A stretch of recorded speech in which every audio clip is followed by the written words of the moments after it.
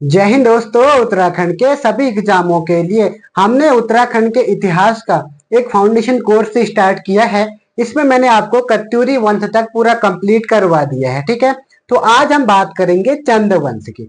चंद वंश का शासनकाल कब से कहाँ तक स्टार्ट होता है, आज हम पहले इसकी जानकारी कहाँ से मिलती है उसको हम देखेंगे। उसके बाद एक आध राजाओं के सोमचंद, इंद्रचंद, इनकी बात करेंगे। उसके बाद हम चंद वंश को कंप्लीट भी करवाएंगे। ठीक है, तो स्टार्ट करते हैं। आज हमारा जो है उत्तराखंड में जो इतिहास है चंद वंश का, वो 700 से लेकर 1790 एडी तक होता है। ठीक है, ये मैं आपको पहले भी बता चुका हूँ एडी मतलब क्या होता है करके। ठीक है, अब इसके जानकारी के स्रोत हमको नॉर्मली मिलते कहाँ से हैं, तो इसके लिए हमें दो चीजों से मिलते हैं। एक पहला मिलता है हमें साहित्यिक स्रोत और दूसरा मिलता है पुरातात्विक स्रोत।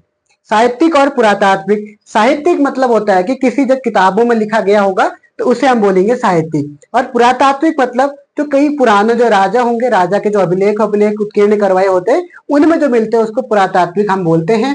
या फिर कोई गुफा उफा में लिखा गया जो अभिलेख होगा उसे हम बोलते हैं पुरातात्विक। ठीक है, तो ये दोनों चीजें आपके समझ में आई होंगी। ठीक है, अब साहित्यिक स्रोत को भी हम दो हिस्सों में बांटते हैं। एक क्षेत्रीय साहित्य, जो उत्तराखंड के अंदर जो चीजें चल रही होंगी, जो साहित्य उत्तराखंड के अंदर लिखा गया होगा उसको हम बोलेंगे क्षेत्रीय साहित्य। उसी के विपरीत दूसरा साहित्य है वह है मुस्लिम साहित्य। यानी कि उत्तराखंड में जब उत्तराखंड में यहाँ पर चंद वंश का शासन चल रहा था उस समय जो केंद्र पर दिल्ली सल्तनत, मुगल वंश ये चल रहे थे। ठीक है, तो इनकी जानकारी हमें उन मुस्लिम साहित्य में भी देखने को मिलती है। किस किस साहित्य में मिलती है इसके बारे में भी हम बात यहाँ पर करेंगे। ठीक है, तो उसके बाद जो क्षेत्रीय साहित्य में इसमें हमें कौन कौन से मिल सकते हैं। पहला है कुमाऊं का इतिहास। कुमाऊं का इतिहास किसकी बुक है ये आपको याद होना चाहिए। ये है बी डी पांडे यानी कि बद्रीदत्त पांडे जी का इतिहास है। ठीक है, उसके बाद फिर क्या है गढ़वाल का इतिहास। गढ़वाल का इतिहास दो लोगों की है, एक है शिव प्रसाद डबराल और एक है हरिकृष्ण रतूड़ी जी की। ये दोनों का नाम आपको याद करना होगा। ठीक है, तो ये होगा, एक होगा हरिकृष्ण रतूड़ी जी और दूसरा होगा शिव प्रसाद डबराल। इन दोनों के अनुसार गढ़वाल का इतिहास लिखा गया है। थोड़ी जानकारी उनकी बुक में मिलती है, थोड़ी जानकारी उनकी बुक में मिलती है। ठीक है, उसके बाद फिर क्या है उत्तराखंड का नवीन इतिहास। उत्तराखंड का नवीन इतिहास किसकी है, यह है यशवंत कथौत जी की। उत्तराखंड का नवीन इतिहास यशवंत कथौत जी की है। ठीक है, उसके बाद फिर क्या आता है गढ़वाल एनिशिएंट एंड मॉडर्न। ये बुक बार बार पूछी गई है पेपरों में। ठीक है, तो ये आपको याद करना होगा। ये बुक किसकी है, पातीराम जी की है, तो ये बुक भी आप याद करना। ठीक है, ये होगी चार पांच बुकों का नाम जो मैंने बताया, किस किसने ये बुक लिखी है उसके नाम भी मैंने आपको बताया। उसके बाद फिर हमें मिल कहते हैं मुस्लिम साहित्य। ठीक है, आप मुस्लिम साहित्य में नॉर्मली अगर आप इनके राइटर आपको याद नहीं भी हो तो आप इनको कवर कर सकते हैं। ठीक है, पहला है तहकीक ए हिंद। तहकीक ए हिंद है अल बरूनी की। ठीक है, तो इसको याद कर लेना। उसके बाद फिर है ताज उल मासिर। उसके बाद है तुजुक ए जहांगीरी। तुजुक ए जहांगीरी जहांगीर की है और आईन अकबरी अकबर की है। लेकिन इसको लिखा किसने है, इसको लिखा गया है अबुल फजल के द्वारा। ठीक है, तो ये चीजें आपके समझ में आई होगी। साहित्यिक स्रोत हमको कहाँ से और कैसे मिलते हैं ये हम बात कर चुके हैं। इसके बाद फिर जो आता है वो आता है पुरातात्विक स्रोत। अब पुरातात्विक स्रोत में क्या क्या होता है उसको हम देख लेते हैं। ठीक है, अभय चंद का एक अभिलेख मिलता है। ये कुमाऊनी भाषा का पहला अभिलेख है, अभय चंद का अभिलेख। इसको ध्यान रखना, कुमाऊनी भाषा का जो पहला अभिलेख है वो अभय चंद का अभिलेख है। ठीक है, उसके बाद है मूनाकोट ताम्रपत्र, इसमें भी मिलता है। ये किसके शासनकाल में आए हैं करके तब भी हम इन्हें कवर करेंगे। उसके बाद है मझेरा ताम्रपत्र। ये किसका है, गरुड़ ज्ञान चंद्र का मझेरा ताम्रपत्र है, लेकिन हाँ उसमें भी हम कवर करेंगे। मेनली अब हमें कवर क्या करना है कि जानकारी कहाँ कहाँ से हमें मिलती है इस चंद वंश की। उसके बाद है वास्ते ताम्रपत्र। ठीक है, ये मिलती है हमें नॉर्मल जानकारी कहाँ से हमें कहाँ मिलती है। ठीक है, अब जो उत्तराखंड में जो पहला शासक माना जाता है वो सोमचंद को हम मानते हैं। ठीक है, अब सोमचंद कहाँ से आया था और क्यों उत्तराखंड में आया इसकी थोड़ा हम बात कर लेते हैं। तो ये बात थी जब कत्यूरी वंश का यहाँ पे शासनकाल चल रहा था। ठीक है, मैंने कत्यूरी आपको एकदम अच्छे से बताया था, पूरा कंप्लीट करवाया था।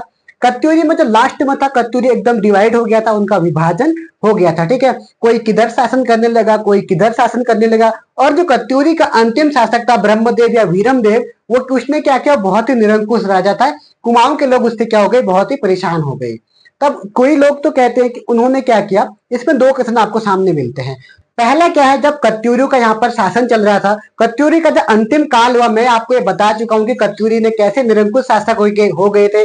अंतिम जो शासक था वो ब्रह्मदेव था। ब्रह्मदेव कैसे उत्तराखंड में कत्यूरी का हनन कर रहा था, निरंकुश राजा हो गया था। इसी में देखकर सोमचंद आता है और सोमचंद क्या करता है, गुज्जर प्रत्यार कन्नौज का शासक था और वहां से कहाँ आता है, उत्तराखंड में आता है। ठीक है, ये उत्तराखंड में इतनी अराजकता देखता है और कहता है यार यहाँ तो बहुत ही ऐसा है, तो यहाँ शासन करने के लिए काफी अच्छा रहेगा, और वो यहाँ के शासकों को हरा देता है, खुद गद्दी पर बैठ जाता है। तो वहां से सोमचंद यानी कि चंद वंश का स्थापना होती है और सोमचंद उसका शासक बनता है। ठीक है, और दूसरा कर्जा में देखने को यह मिलता है कि यहाँ पर जो कत्यूरी से जो चंद वंश में था, चंपावत में रहने वाले बोहरा समुदाय की जाति के लोग रहते थे, वो लोग कत्यूरी से काफी परेशान हो गए थे। ठीक है, तब उन्होंने क्या किया, वो गए कहाँ, चंपा वो कन्नौज गए, कन्नौज वो सोमचंद से मिले और उन्होंने यहाँ की परिस्थिति के बारे में बताया।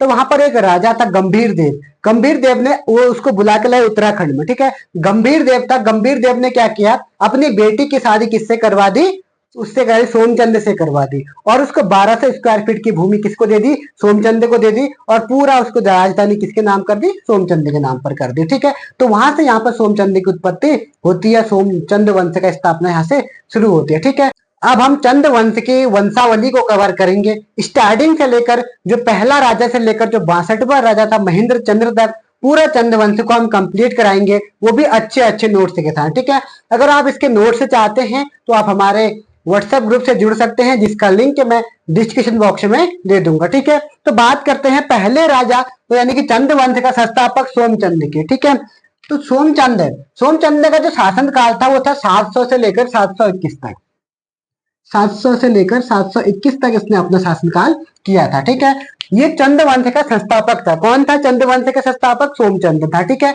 पहला चीज आपको समझ में आया होगा। अब इसने अपना जो राज्य शासन चलाया वो कहाँ चलाया, चंपावत में। अब चंपावत का नाम चंपावत क्यों पड़ा, क्योंकि वहां पर एक नदी थी जिसका नाम था चंपावती नदी, इसलिए वहां क्या बोलते हैं इसको, चंपावती नदी के नाम पर यहाँ का नाम पड़ गया था चंपावत।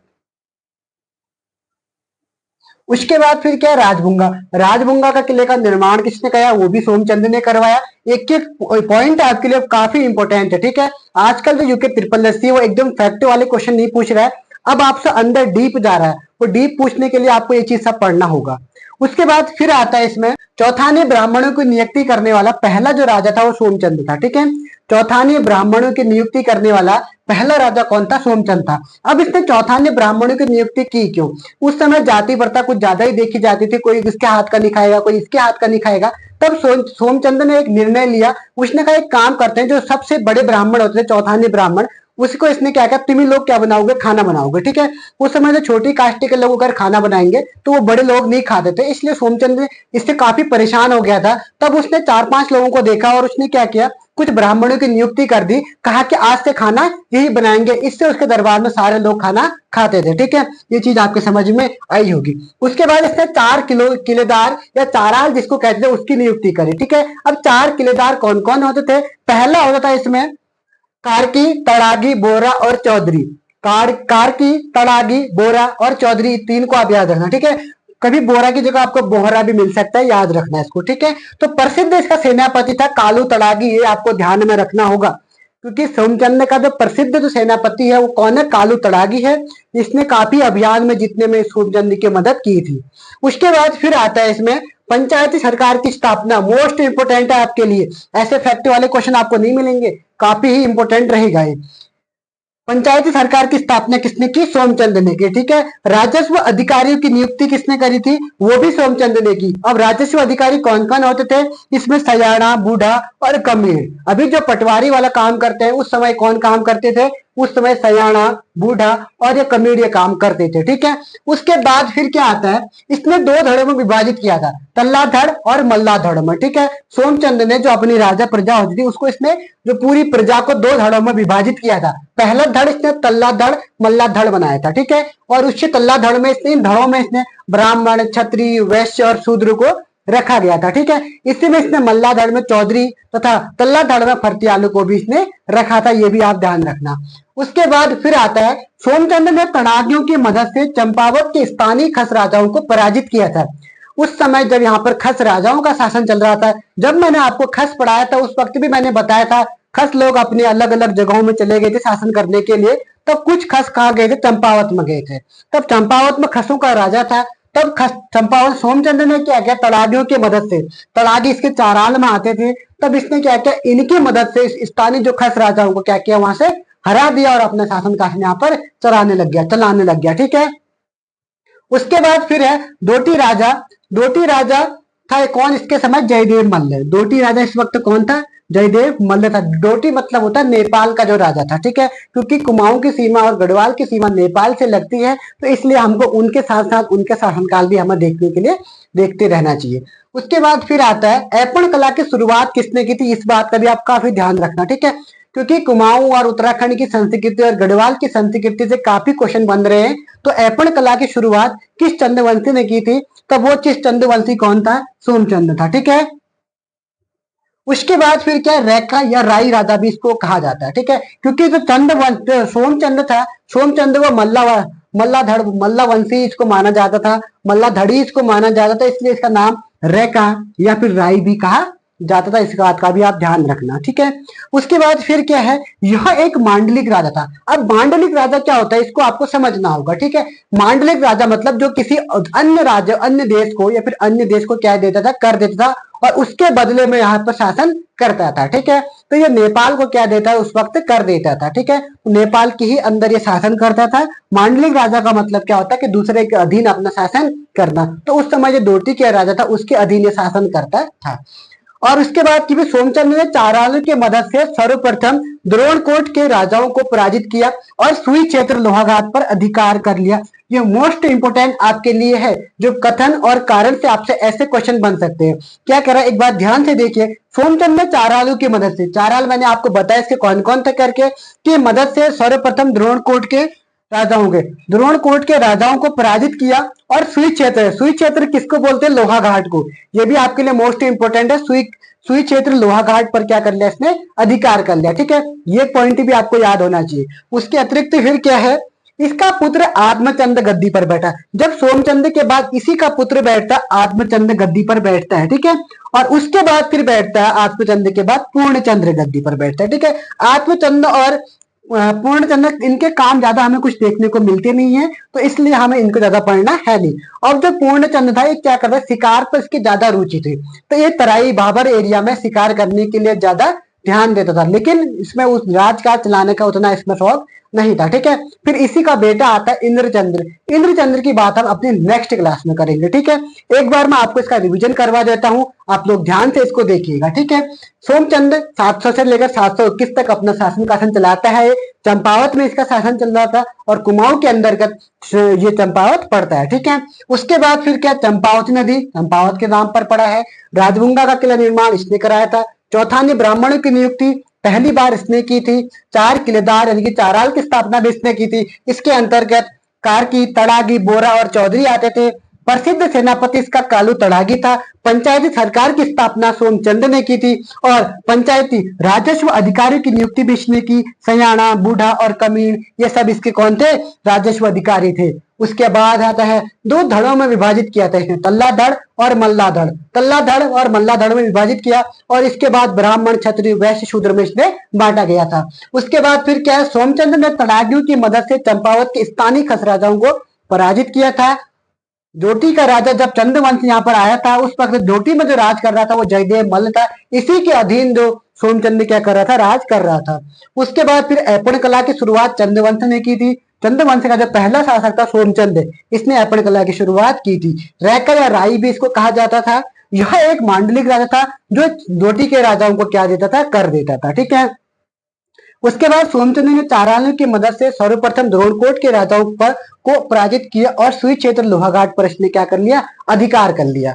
और फिर इसका उसके बाद इसका पुत्र बैठता आत्मचंद गद्दी पर बैठा।